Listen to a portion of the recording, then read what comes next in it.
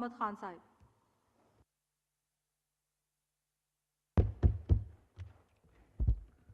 بسم اللہ الرحمن الرحیم.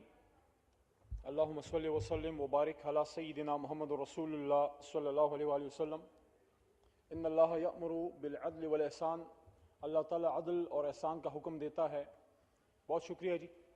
میں سب سے پہلے تو اللہ تعالیٰ کا شکر ادا کرتا ہوں، اور میری دعا ہے جتنے یہاں ممبرز موجود ہیں اور جو چلے گئے ہیں، اللہ تعالیٰ آپ کو یہ عزتیں دوبارہ بھی دے. آج اپنی بات آگے بڑھانے سے پہلے کچھ ہمارے آنریبل ممبرز جو ہمارے بیچ میں نہیں ہیں، خاص کر میرے آگے میڈم طاہرہ آصف صاحبہ بیٹھا کرتی تھیں MQM کی، ان کو بیچاری کو گولی لگی اور وہ شہید ہوئی میرے خیال میں، اگر آپ کو یاد ہو. پھر ہمارے گلزار لالہ MNA صاحب پاکستان تحریک انصاف سے پشاور سے الیکٹ ہوئے تھے، بہت نائس اور بالکل چچا کی طرح ہم سے پیار کرتے تھے. اور سومرو صاحب پیپلز پارٹی کے ویری گڈ فرینڈ آج ہم میں نہیں ہیں.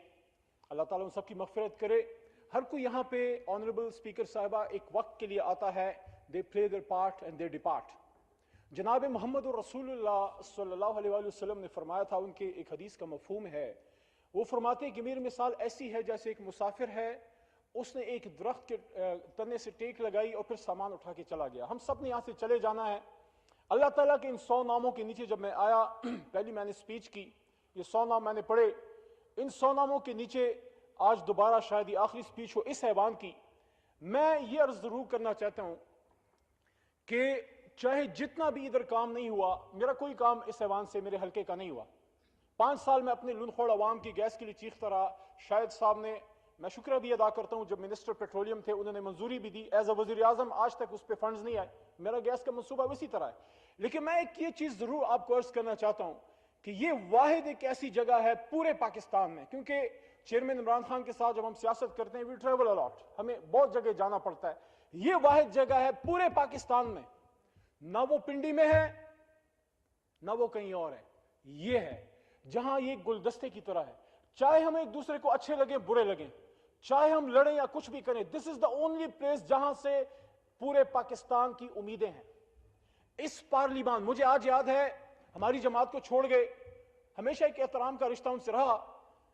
جاوید ہاشمی صاحب نے ایک دفعہ مجھے یہاں ایک بات بتائی جب وہ یہاں اس ایوان کا حصہ تھے. پھر ہمارے بھائی ڈوگر صاحب ان سے جیت کے آئے. انہوں نے کہا میں چاہتا تھا ایک جگہ ایسی ہو جہاں میں جا کے اپنی بات کر سکوں. یقین کرے علی محمد جو ہے ایک عام پاکستانی نوجوان، ایک وکیل، جس سال میں الیکٹ ہو کے آیا میرے والد صاحب کی ڈیتھ ہو گئی تھی، اور اس سال جب میں آیا ایک عام آدمی کو اللہ تعالیٰ نے عزت دی، یہاں عام آدمی کو اللہ نے پہنچا دیا. لیکن میں یہ سمجھتا ہوں کہ ان 5 سالوں میں جب میں پیچھے مڑ کے دیکھتا ہوں، پاکستان پہ بڑے سخت اور کڑے وقت بھی آئے. یعنی کہ پاکستان پہ آرمی پبلک سکول کا جو واقعہ ہوا، میں سمجھتا ہوں کہ شاید 71 کے واقعے کے بعد یہ سب سے بڑا تھا، حالانکہ اس سے زیادہ شاید دردناک ہو، کیونکہ جتنا ہم اس پہ روئے.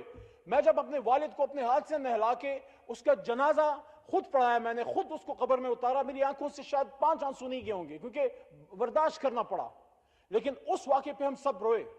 مجھے آج بھی یاد ہے ادھر ایوان چل رہا تھا، آنریبل اسپیکر صاحبہ ہم اندر بیٹھے تھے، اور قائد اعظم محمد علی جناح رحمہ اللہ کا ان کا زیارت ریزیڈنسی پہ اٹیک ہوا رات کو، اور وہ ایک میسج تھا پاکستانیوں کو. 16 دسمبر 2014 کو ہمارے APS پہ اٹیک کرنا ایک میسج تھا پاکستانیوں کو کہ پاکستان کے خلاف ہمارا دشمن number 1 Hindustan 5th generation warfare شروع کر چکا ہے.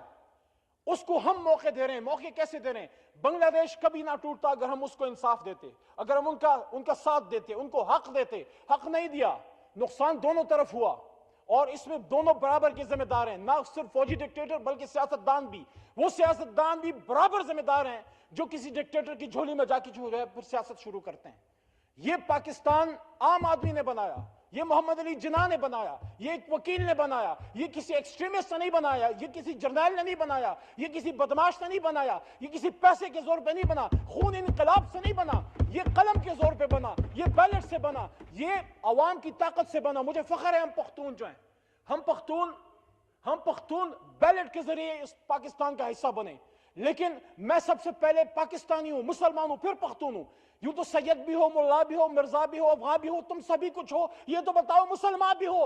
آج اگر منظور پشتین اٹھتا ہے، وہ ان فالٹ لائنز کو یوز کر رہا ہے. میں پہلے یہ بات بتا دوں, منظور پشتین تم کب اٹھے ہو؟ تم سے پہلے ہم اٹھے, ہم نے پاکستان بنایا. علی محمد کے دادا پیر محمد خان محمد علی جناح کے ساتھ مسلم لیگ میں تھا اس زمانے کی, جیل کاٹی. آج تم جب بات کرتے ہو جب آرمی پبلک سکول میں ہمارے بچوں کے سر کٹے, منظور پشتین ویئر ور یو؟ جب ہمارے ڈرون اٹیکس ہوتے تھے ویئر ور یو؟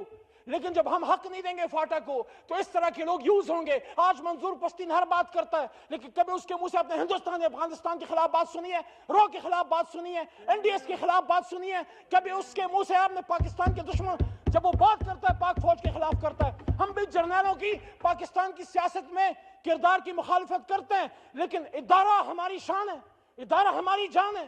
پاکستان فوج کے شہید وہ 20-25 ہزار کے لیے جان نہیں دیتے. آنریبل اسپیکر صاحبہ, وہ ہمارے بچوں کی حفاظت کے لیے, ان کے بچے یتیم ہوتے ہیں تاکہ آپ کے اور میرے بچے یتیم نہ ہو. لیکن یہاں جو بات ہوتی ہے, جو فاٹا کو پاکستان کا حصہ ہی نہیں سمجھتے, وہ فاٹا کے عوام کی کیا بات کریں گے؟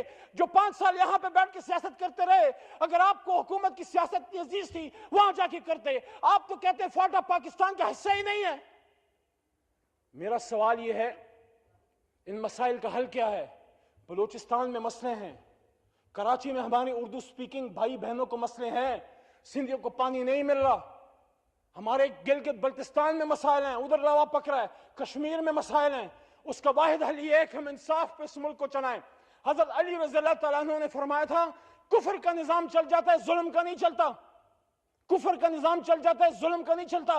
حضرت عمر فاروق سے سوال ہوا تھا کہ آپ نے 2 چادریں لی ہیں اور ہمیں 1 ملی ہے, انہوں نے کوئی اس کا برا نہیں منایا, ایکسپلینیشن دی. میں آج آپ کو یہ کہتا ہوں, آپ جو اس جگہ پہنچے ہو, میں جس جگہ پہنچا ہوں, ہمیں صرف پارٹی کا ٹکٹ ملا ہے. عمران خان کی میرے پہ احسان ہے, اس نے مجھے ٹکٹ دیا. میاں نواز شریف صاحب کا آپ پہ احسان ہے, لیکن اصل احسان اللہ تعالیٰ کا ہے. عزت اور ذلت کا مالک اللہ تعالیٰ ہے. اللہ تعالیٰ ہم سے پوچھے گا کہ 100 ناموں کے نیچے ہم نے اس ایوان میں انصاف کیا یا ظلم کیا؟ اس ایوان میں ختم نبوت کے حق میں 100 ناموں کے نیچے ترمیم نہیں ہوئی. اس کے لیے ہم نے کیا کیا؟ کیا آج تک ہم نے ان لوگوں کو پکڑا جنہوں نے کیا ہے؟ انصاف پہ اس ملک کو چلانا پڑے گا. میں آخری بات یہ کرتا چلوں کہ اگر ہم یہ چاہتے ہیں کہ پاکستان تا قیامت رہے, اور انشاءاللہ رہے گا, ہمیں اس ملک کو انصاف پہ چلانا پڑے گا. اپنے آپ میں ہمت پیدا کرنی پڑے گی کہ اپنے لیڈر کو بات کر سکیں. اگر وہ غلط کام کر رہا ہے بے شک اس کو باہر ڈیفینڈ کریں, اندر کم از کم بات تو پیدا کریں, ہمت تو اپنے اندر پیدا کریں. انشاءاللہ پاکستان آگے بڑھے گا. کوئی مایوسی کی بات نہیں ہے. جب بھی آپ ایک جگہ اکٹھے ہوتے ہیں, جب جدا ہوتے ہیں, تھوڑی سی تکلیف ہوتی ہے, لیکن ہم پاکستانی پہلے, ہم نون لیگی پی ٹی آئی بعد میں. ہم نے دوبارہ ادھر آنا ہے, ہم میں سے بہت سے نے آنا ہے. میری دعا ہے, میں جب بھی ادھر دعا کرتا ہوں, میں یہ دعا کرتا ہوں کہ یا اللہ اگر میرے سے تو نے اس ملک کا کچھ بہتر کرنا ہے پھر مجھے ادھر لا, ورنہ مجھے کوئی شوق نہیں اس 4 دیواری میں دوبارہ آنے کا. ان 100 ناموں کے نیچے میں دوبارہ قسم کھاتا ہوں.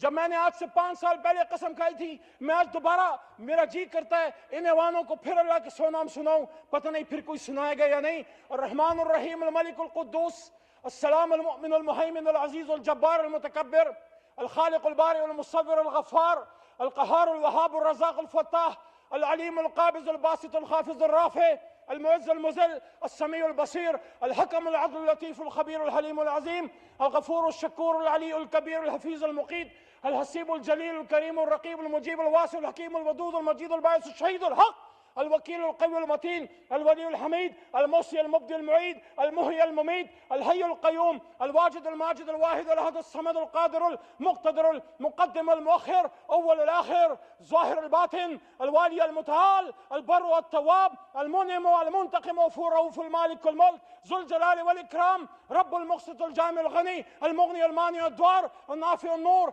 الهادي البديع الباقي وارث الرشيد الصبور. یا اللہ تیرے ان 100 ناموں کے نیچے ہم سب جو ادھر بیٹھے ہیں, ہم قسم اٹھاتے ہیں یہ پاکستان ہماری ماں ہے, جب تک زندہ ہے اس کی حفاظت کرتے رہیں گے انشاءاللہ, کرتے رہیں گے انشاءاللہ, کرتے رہیں گے. کیونکہ آج پھر جینے کو من کرتا ہے, کچھ کرنے کو من کرتا ہے. کاش میں لوٹا پاؤں ان ننھے ننھے ہاتھوں کو, وہ قلم کا پکڑنا اور مٹی کا کھلونا. ہاں میں کچھ کمزور سہی, ہاں میں کچھ لاچار سہی, پر دل تو میرا زندہ ہے اور کچھ کرنے کو من کرتا ہے. انشاءاللہ پاکستان کو دنیا کی سپر پاور بنائیں گے انشاءاللہ.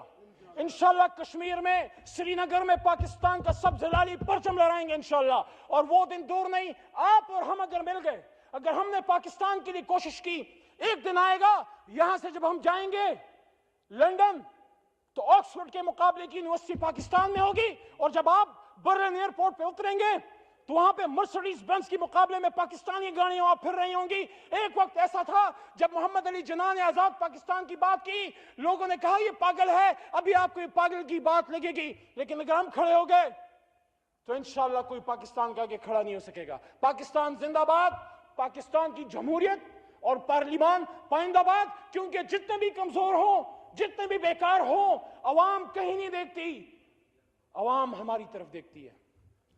بہت شکریہ، بہت شکریہ پروین.